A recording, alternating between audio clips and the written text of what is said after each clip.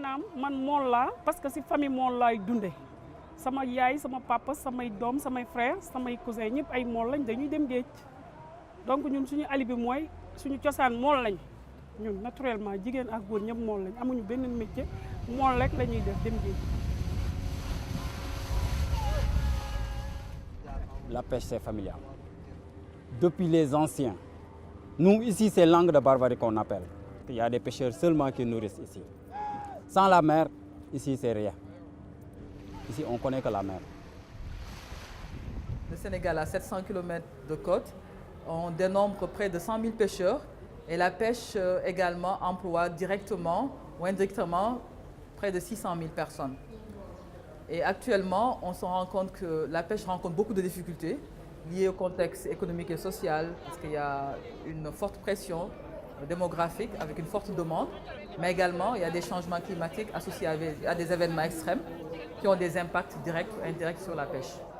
Les poissons ont changé. La grande taille qu'on trouvait bien avant, on ne le trouve plus.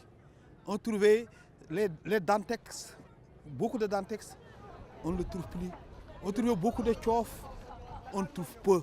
Des mérous, on trouve des mérous de petite taille et on trouvait des mérous à grande taille et à une valeur commerciale importante. On trouve des phénomènes qu'on ne trouvait pas. Les vents aussi, il y a un dérèglement. Parce qu'aujourd'hui, tu trouves un alizé, si tu trouves là le matin, les vents ont changé aussi de direction. Le vent, c'est fatigant à la mer. Si le vent est venu à la mer, nous, on ne peut pas, même pas résister sur ça. Il y a beaucoup de morts qui sont là-bas. Mais actuellement, comme météo est là, si le vent va venir, lui, il va nous informer avant, au temps, avant qu'on parte. Maintenant, on est satisfait quoi, par rapport à avant. De temps en temps, on a des événements extrêmes. En mars 2013, par exemple, nous avons eu des événements de forte houle avec des valeurs qui ont dépassé 4 à 5 mètres. Alors qu'habituellement, on a des valeurs autour de 2 mètres ou moins de 2 mètres de houle. Et pour cet événement, nos prévisions avaient montré 4 jours à l'avance qu'il y aurait un événement extrême. Et ça a été diffusé largement au niveau des services techniques. Malheureusement, il y a eu des pertes en vie humaine autour de 20 personnes. Et à l'issue de cela, il y a eu un conseil régional de développement et nous avons convenu de regarder la diffusion de l'information météorologique. Et à partir de là, on a pu développer des bulletins avec des codes de couleurs simplifiés pour qu'ils soient accessibles aux utilisateurs directs. En plus de cela, on a commencé à développer un système d'alerte par SMS avec une base de données des acteurs clés de la pêche pour que l'information leur soit directement transmise en cas d'alerte météorologique. Maintenant, avec l'information du météo, donc daf ñuy defal ay panneaux comme panneau vert bi wan nañu ne mën nañ dem géej defal ñu panneau jaune wan nañu y a quelque chose qui ne va pas def ñu panneau rouge mu avertir nañu ne tey jii am na danger ci biir géej gi donc jarul ñuy dem parce que danger c'est très dangereux.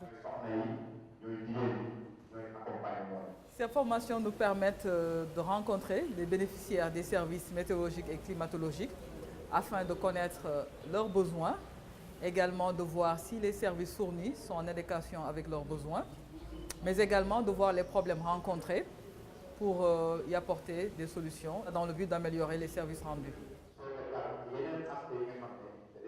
Pour organiser ces formations, on essaye d'avoir toutes les parties prenantes, aussi bien les bénéficiaires directs, mais également ce qui peut constituer des relais. Ça peut être des journalistes, les services techniques, des organisations, groupements de femmes, les associations professionnelles, religieuses, culturelles.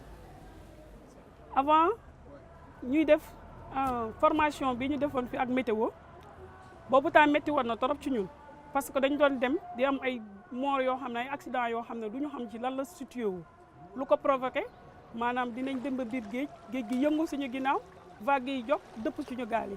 En 94 amoon naa ci benn accident boo xam ne c'était mon cousin dafa dem géej gi yëngatu mu dee après bi ñu gisee corps bi rek lañ gis mu dee mënuñu justifier la moo ko rek parce que vent bi la woon ak vague yi. Actuellement, avant qu'on parte à la mer, on va écouter le météo. Même on a le numéro de téléphone de météo. C'est lui qui va nous informer s'il y a un mauvais temps ou il n'y a pas les mauvais temps. Si ça te renseigne quelque chose, que ça te plaît, tu vas partir et tu vas pêcher et tu vas revenir, comme cette fois-ci. Un des points ressortis de la rencontre qu'on vient d'avoir avec les pêcheurs de Saint-Louis, c'est qu'il y a un besoin d'avoir des informations météorologiques plus affinées. Cela pose un défi au service météorologique, un défi pour renforcer les systèmes d'observation, mais également pour améliorer les systèmes de prévision afin de satisfaire ces besoins-là pour que l'information soit réellement prise en compte dans leurs activités. Aujourd'hui, avec les changements climatiques et les phénomènes, aujourd'hui, il n'est plus possible d'aller en mer sans avoir les données climatologiques et météorologiques. Parce que ça va nous permettre de réduire nos pertes de matériel et nos pertes en vie humaine. Et ça va nous rassurer pour une bonne capture. Et ça va nous permettre de sécuriser tous nos matériels.